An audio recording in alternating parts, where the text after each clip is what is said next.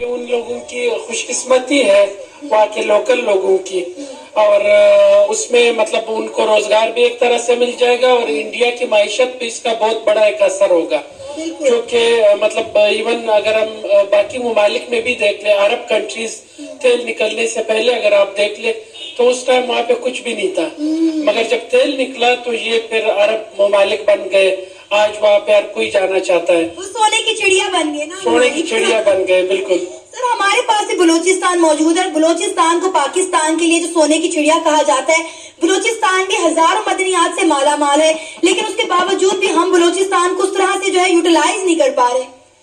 دیکھیں، بلوچستان میں اور خاص طور پہ خیبر پختونخوا کے کچھ علاقوں میں بے شمار نیچرل ریسورسز ہیں، مگر آج تک ہماری ریاست نے عام عوام کے لیے وہ نہیں نکالے. زیادہ تر کوشش کی جا رہی ہے کہ پرائیویٹ کمپنیوں کو دیا جائے، کیونکہ انفرادی لوگ اپنے مفادات کے سوچتے ہیں. بے شمار وہاں پہ مطلب سوئی پچھلے کئی عرصے سے سوئی گیس آ رہی ہے پورے پاکستان میں، اسی طرح باقی بھی نیچرل ریسورسز بہت زیادہ ہے بلوچستان میں، مگر بدقسمتی یہ ہے کہ ہم نے کبھی سنجیدگی سے کبھی ریاستی لیول پہ کوئی طرح پالیسی نہیں بنائی، جس کی وجہ سے بلوچستان کے لوگ تو پچھلے کئی عرصے سے چیخ رہے اور ملک کے عام لوگوں کو بھی اس سے اتنا فائدہ نہیں ہو رہا ہے جتنا فائدہ ہونا چاہیے تھا. تو میں یہ سمجھتا ہوں کہ نیچرل ریسورسز پاکستان میں بے شمار ہیں، اگر یہاں پہ پالیسی ساز سنجیدہ ہو ان ریسورسز کو نکالنے میں اور پھر وہاں کے عوام کو بھی فائدے ملے. آج بھی بلوچستان میں جیسے سوئی نکلتی ہے، گیس نکلتا ہے، ان ایریاز میں لکڑیاں جلائی جاتی ہے.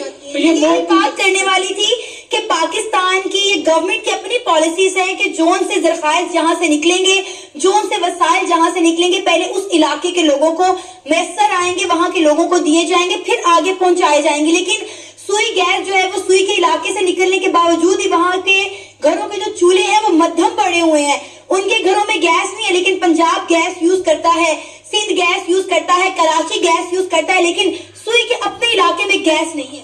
دیکھیں، یہی سب سے بڑا مسئلہ ہے. آج بلوچستان کے جتنے بھی مسائل ہیں وہ صرف اسی وجہ سے کہ وہاں کے جو زمین سے جو وسائل نکلتے ہیں وہ وہاں پہ وہ عام لوگوں کو نہیں مل رہے. اگر سامنے آئے کہ ہمارے ہمسائے ملک بھارت کے شہر اتر پردیش سے جو ہے وہ خام تیل کے بہت زیادہ ذرخائز نکلے ہیں. جب ONGC نے وہاں پہ ڈگنگ شروع کی تو پتا چلا کہ وہاں پہ نیچرل گیس بھی نکلی ہے.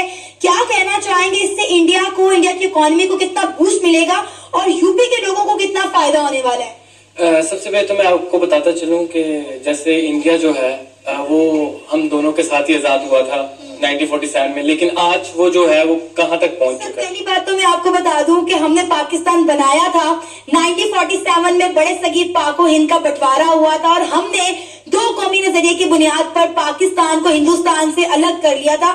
ہم نے آزادی نہیں لی تھی، ہم نے علیحدگی اختیار کی تھی.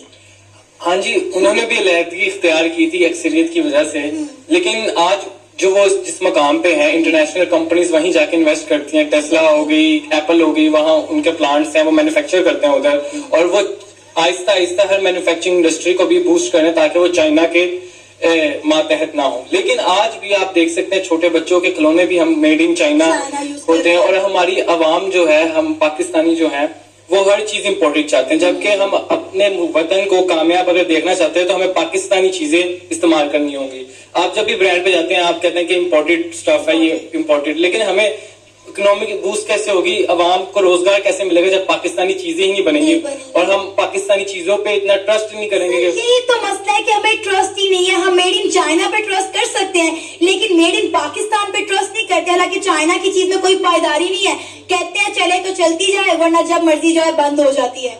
تو یہی چاہوں گا عوام سے کہ آپ اپنے پاکستانیوں کو ایک دفعہ چانس دیں، پاکستانی برانڈز کو.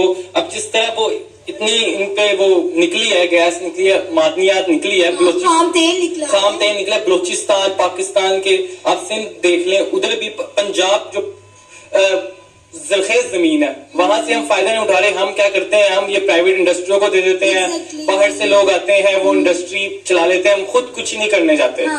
آپ انویسٹمنٹ کرنے جاتے ہیں، آپ پراپرٹی میں لے جاتے ہیں، آپ کوئی نیو انڈسٹری نہیں لگاتے. ہم عام بچہ پہلے ہوتا تھا، بچے کہتے ہیں میں نے کچھ سائنٹسٹ بننا ہے، ڈاکٹر بننا ہے. آپ مجھے بتا دیں 20 سالوں میں کون پاکستانی سائنٹسٹ نے پاکستان کا نام ہمارے روشن کیا؟ نہیں. نہیں سر، ابھی ایک پاکستانی ہمارا آج کل بڑا فیمس ہوا ہے جس نے امریکہ سے لڑکی کو پیار کا جھانسا دے کر بلایا ہے، اور ہمارے سیاستدان کہہ رہے ہیں کہ اس لڑکے نے ہمارا سر فخر سے بلند کر دیا. دیکھیں کتنا ٹیلنٹ ہے پاکستان کے لڑکوں میں.